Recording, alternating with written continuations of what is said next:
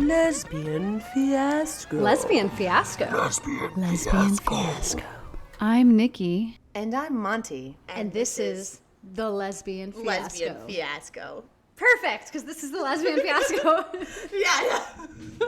I don't even really know what this is. This is season 2 of the Lesbian Fiasco, a sapphic fiction storytelling podcast. The two of us read stories we have written, but the other has not read. We email the stories after we begin recording so the other does not have a chance to read ahead. There are no rehearsals. If you're enjoying the podcast, please follow, rate, and share. Enjoy the fiasco and all the unhinged cringe.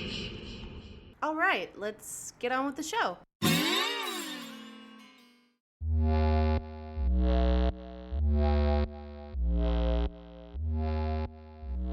This is Lesbian Part 6. Well, here's to new friends and old. New beginnings. Hear, hear. Uh-huh. Sure. The restaurant's seaside sales slowly dies down as it gets closer to closing time. The group of 4 carry on into the evening. Dana and Nora lead in the conversation at the table, while Fran and Emily give each other the occasional side-eye. Nora looks back to Emily between lulls in the conversation to see a deflated Emily focusing on her dinner plate and forever emptying wine glass. Well, this has been such an interesting evening. Nora, thank you so much for dinner. You're such a doll. I wish I could repay you. I'll leave the tip? Sure. Oh, the pleasure is mine, Dana. So lovely to meet you two. Emily, would you accompany me back to the inn? It's a beautiful night. Yeah, but first I gotta go take a piss. I'll catch up with y'all. Go on ahead. I gotta go too, but I'll wait until Emily goes. After you, Emily. Oh, whatever. The bathroom has like 5 stalls. Don't be weird, Fran. You go too. I'll be outside with Nora. Let's go, Nora. Okay, lead the way. Emily and Fran head to the bathroom as Nora and Dana exit the restaurant to the parking lot. Nora grabs her silk blouse and tries to put it on outside, missing the arm several times. Here. I got you, girl. Let me hold that for you. Thanks, Dana. I'm such a klutz. Are you kidding? Aside from stabbing your eye earlier, I've noticed you this evening to be so naturally elegant. Nora feels her face get warmer. She flicks up her collar to mask her cheeks. No one's ever called me that before. Well, they all must be blind. Say, let's get a head start and start walking. No, I'm sure Emily is going to. Nora, you have to admit this is pretty weird. Our dates dated each other before? Oh my goodness, I know. I haven't processed that yet. Come on, doll. Walk with me. We aren't the awkward ones. Don't shrivel up from secondhand embarrassment. Oh. I have an idea. I have an assortment of macaroons back in my room and some white wine in the trunk of my car. Let's have a tasting party. I don't know. I'm sure that was just for you and Fran. Nora, Fran and I are practically strangers compared to her and Emily. They know each other. I want to get to know you more. Maybe you're right. Okay, let's go. Race you back. No, you cheated. Meanwhile, back in the bathroom, Emily and Fran are side by side in the stalls.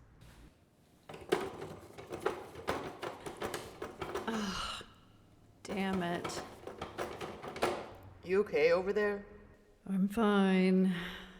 Need some toilet paper? No. Yeah, you do. You think I'm dumb? I could tell from that sound of frustration. Here you go. It's on the house. Fran gets a handful of toilet paper and passes it underneath the stall wall. Thanks.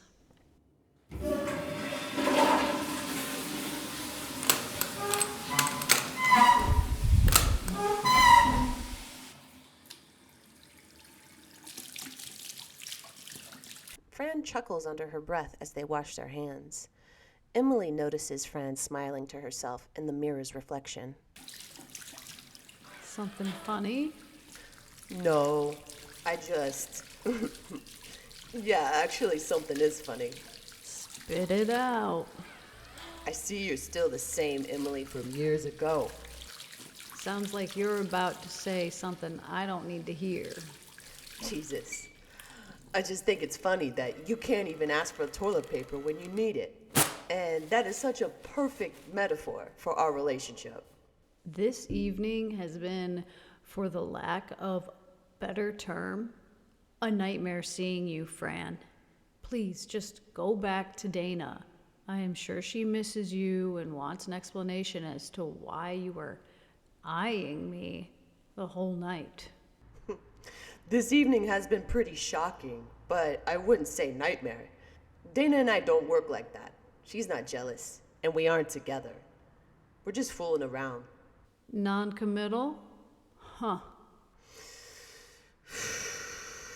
Not that you need to know, but yeah. Since breaking up with you, I haven't been in a committed relationship. I guess you broke that spell. What spell? Of wanting commitment, Emily. Because you never could. I don't even try anymore. I'm just having fun now. Maybe you turned me into you. Except I have more emotional intelligence. You pursued me, and I allowed it, even though you weren't my type. I always put it plain and simple. I didn't want a title. I wasn't stringing you along. I was always open and honest. You're just mad you played yourself. Oh, God, I guess that's your truth, pal. Can't reason with crazy. And from what I'm picking up, you're still crazy. Nightmare. Please excuse me so I can catch up to Nora. Real interesting you chose to move here, Emily. You know I always liked it. Did I? Every time I took you here, you always complained you wanted to go back to the city. Now look at you, a small town dyke. Yeah? Well, now you know I live here. I'd appreciate it if you never came back. Sure, you ran away from all your exes and friends and problems. You wouldn't want them to find you. I'm out of here. Emily dries her hands and walks out of the bathroom and through the empty restaurant to outside. Fran follows suit right behind her. Guess they got a head start. Ugh, great. Come on, Emily. Let's get back to the inn so we can disperse to our dates. Nah. I'll leave when I get back so I don't have to see you again. When are you two leaving so I can know how long to stay away? 3 days from now? Maybe. You know, I was thinking of buying some property here before I realized you'd be here too. Hopefully you've changed your mind about that. Yep. Unfortunately, this island is not big enough for the both of us. Finally. Something we can agree on. Actually, what if I did still get a property here? Well, then you'd have to get a P.O. box because I wouldn't want to deliver your mail. Oh, you're a mail deliverer now. Look at you, holding down a job. Nice. You know, jobs take commitment. Maybe things are looking up for you out here. Jesus. Here we go. I am a little tipsy, Dana. Me too. Okay, now I want you to close your eyes and open your mouth. Nora smiles as she closes her eyes and hesitantly opens her mouth.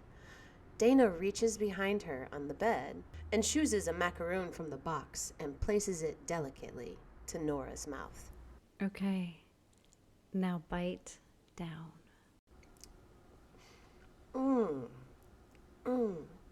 That is so good. Nuh-uh. No peeking. Savor it. Now tell me what you think. That one is definitely pistachio.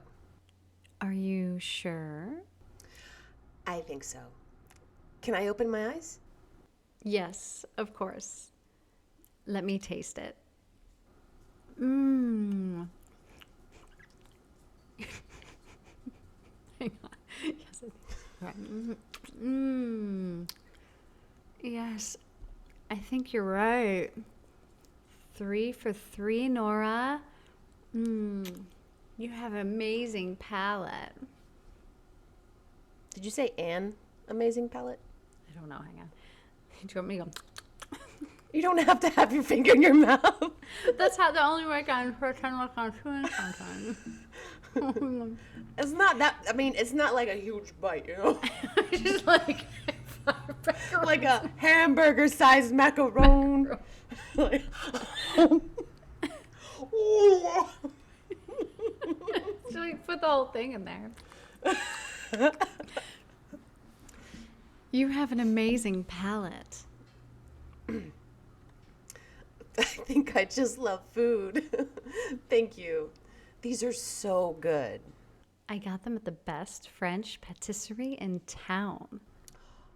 All I'm saying is, you're going to keep making the same mistakes if you don't go to therapy, Emily. I did it. I'm still in therapy, and I needed those years to be able to work through all the mental games you played with me. And the thing is, you don't even know you're playing them. I'm sure you're real proud of yourself, Fran.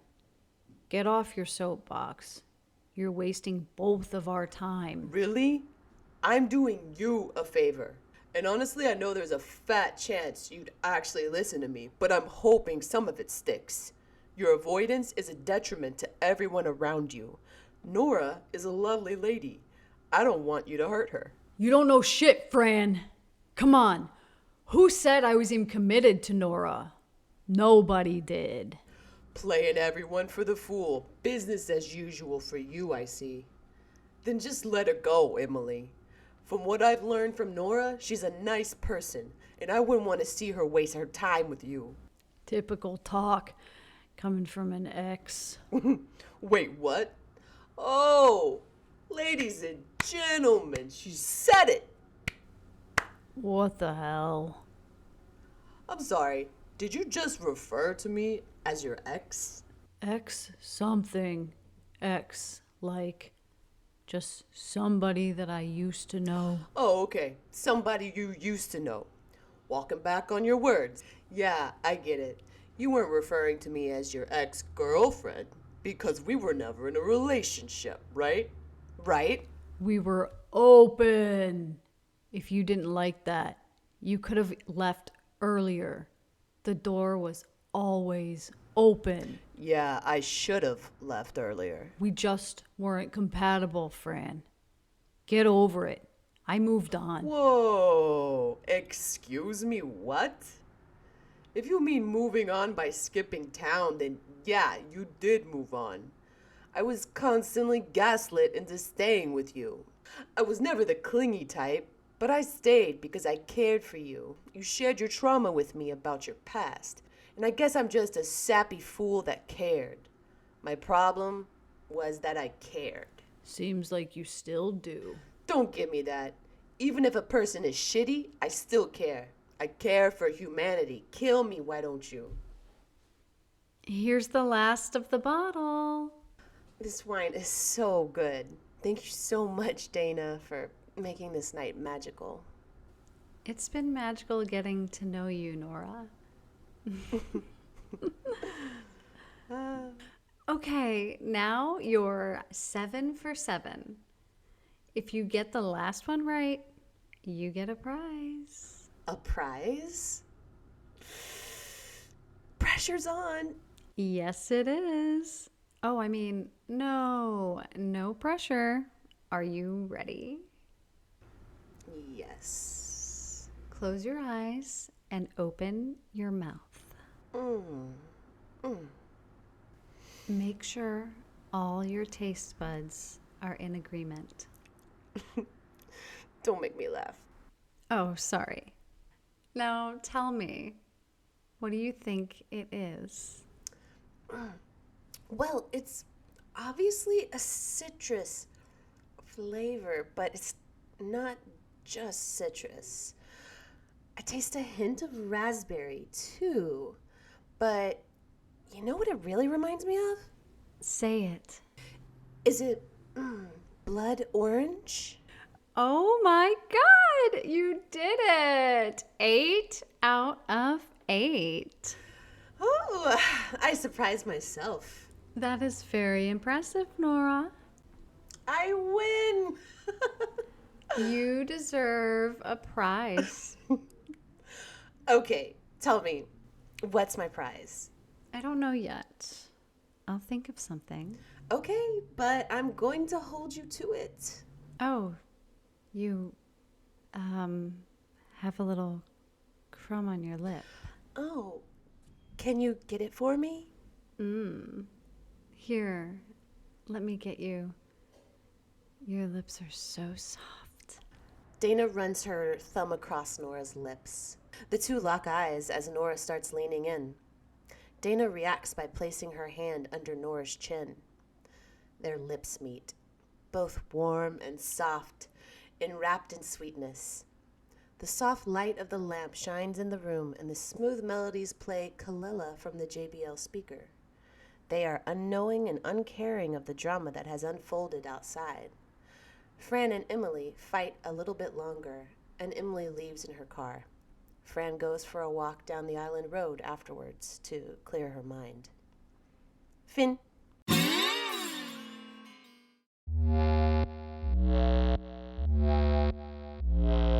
This is WLEZ, Part 6.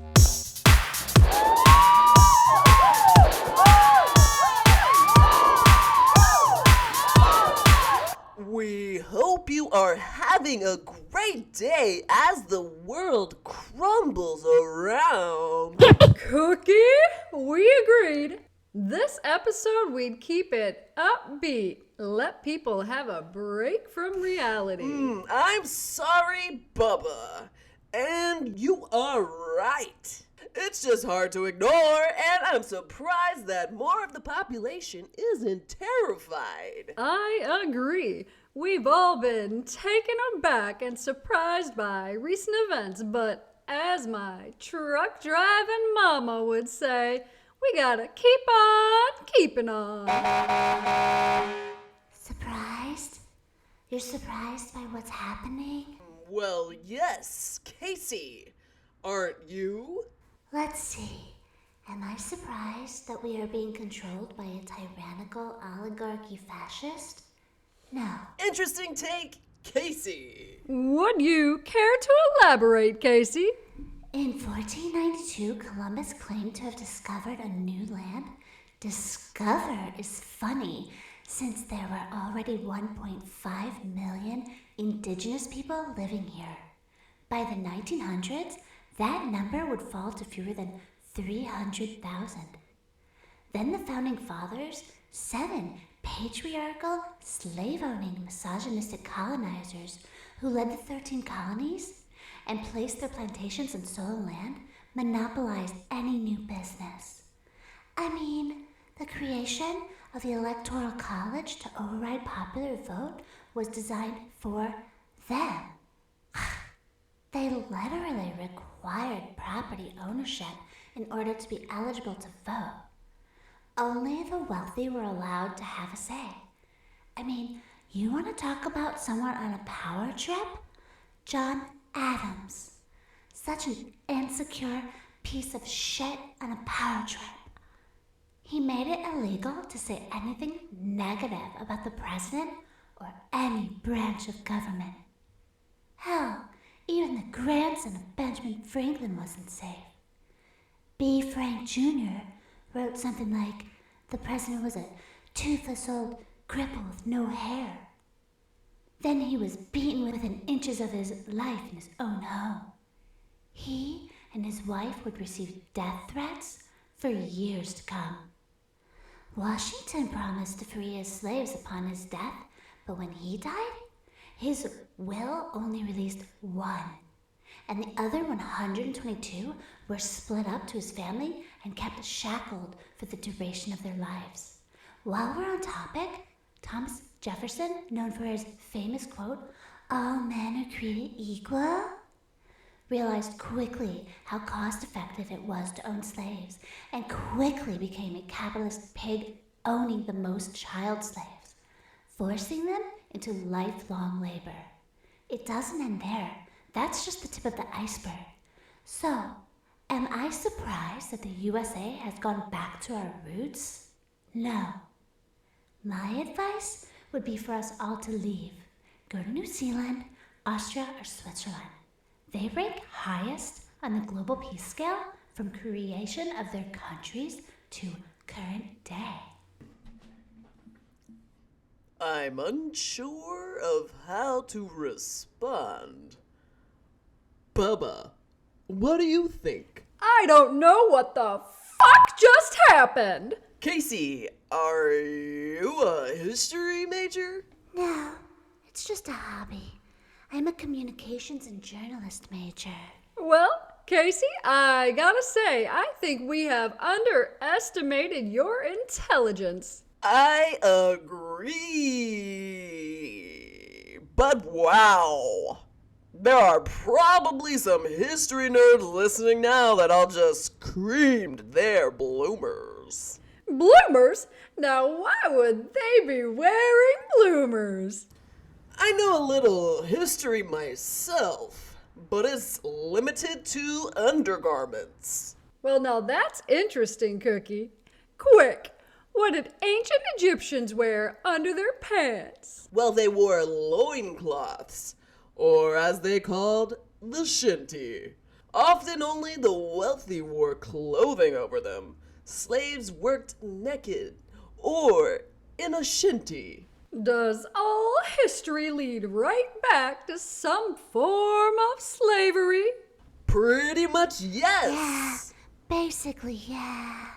Well, that is depressing. But on that note, let's pause for our first commercial break. I see it. Are you tired of dedicating hours to doing yard work? Make somebody else do it.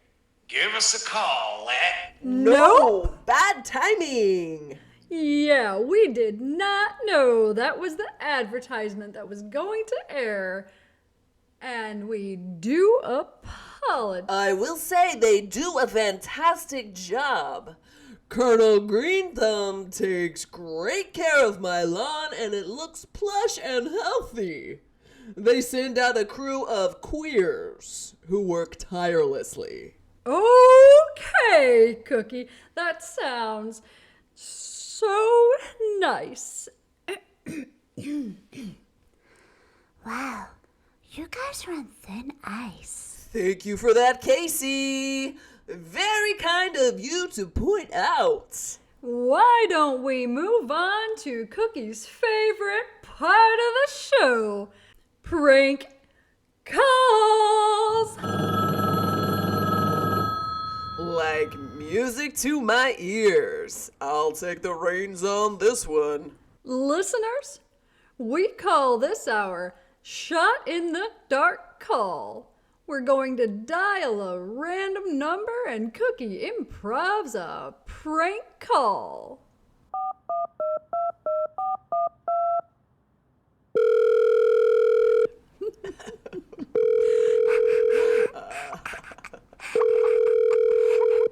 Thank you for calling Planned Parenthood.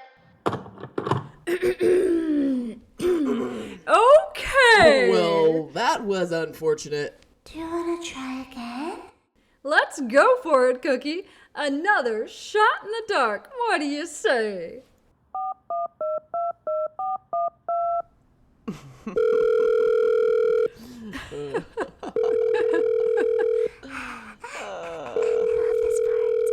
Thank you for contacting the Center for Disease Control. How may I direct your call?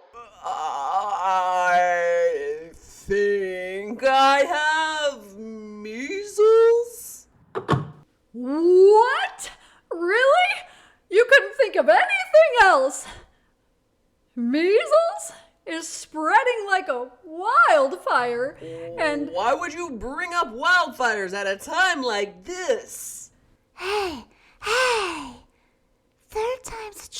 guys. Okay, it's gonna work.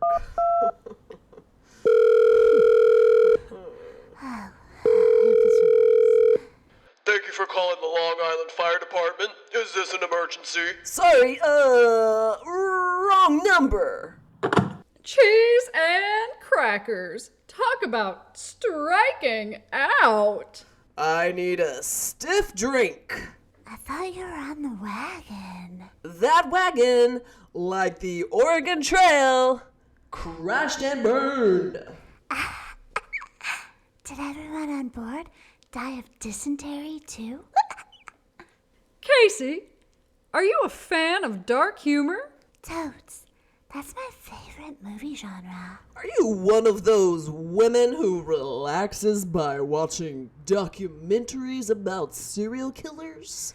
Oh, very much so. I like to mix myself up a nice mocktail, usually just cranberry and tonic with lime, fall asleep on my love seat all curled up in a cozy blanket to the sound of screams and cries for help. Well, it's interesting. I just read an article that says psychologists warn it's a bad sign if crime documentaries relax you. You read an article, Cookie? Well, I watched a TikTok where someone was quoting an article. But yes, it's a true study. I don't disagree. There's a dark side in all of us, you know? Actually, I don't know, Casey. My idea of relaxing involves me sipping a Mai Tai in my hot tub on my deck, overlooking the city below. And when I hear gunshots in the distance, I pretend they're cute little fireworks.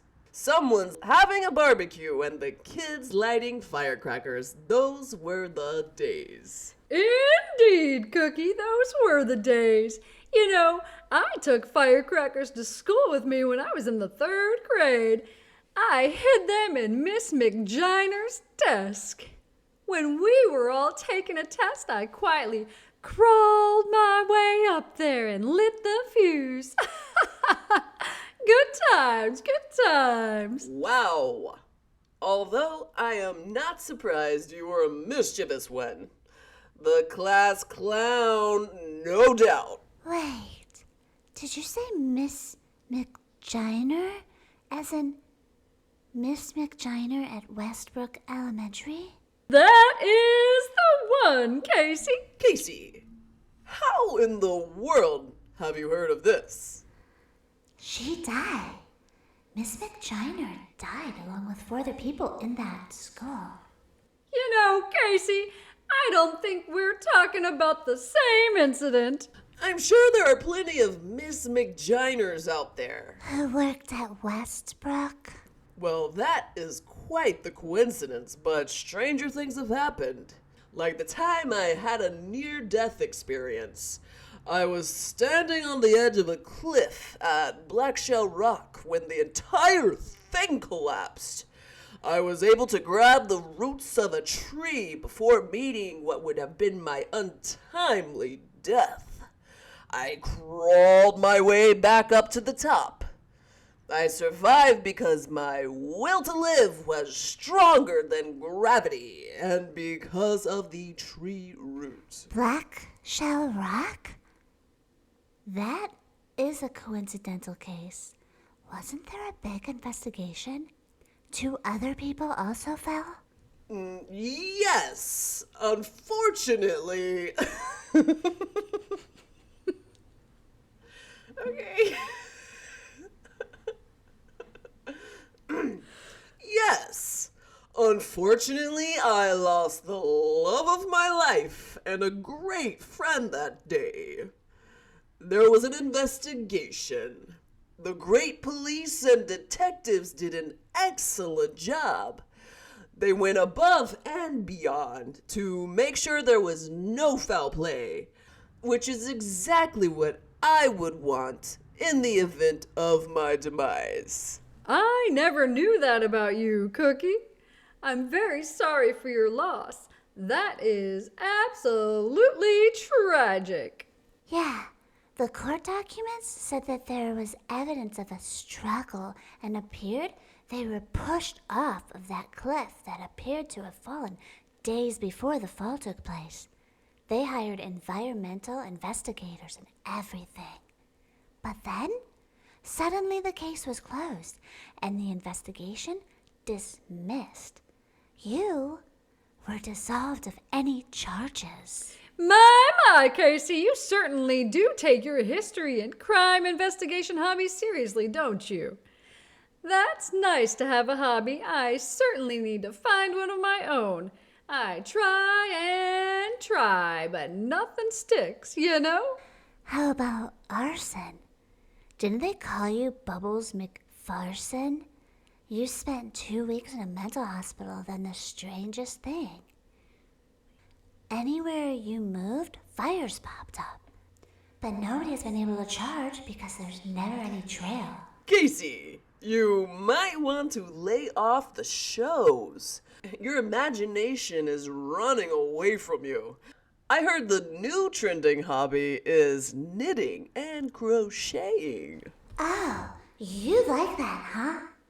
You don't want to talk about the other person who mysteriously vanished from your life a few years ago.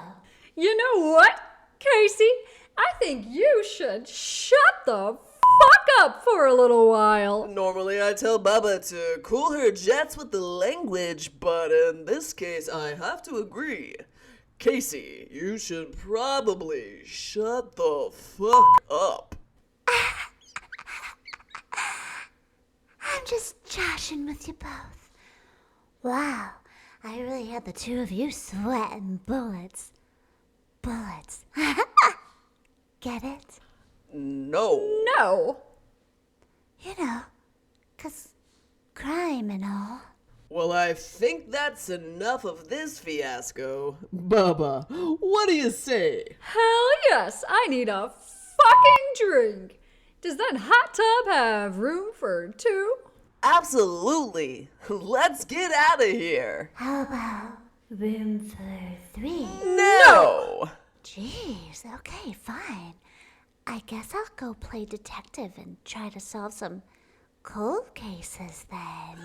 I was just kidding. Casey, of course there's room for you. She thought we were seriously serious. Oh, Casey, so gullible. Let's all get out of here.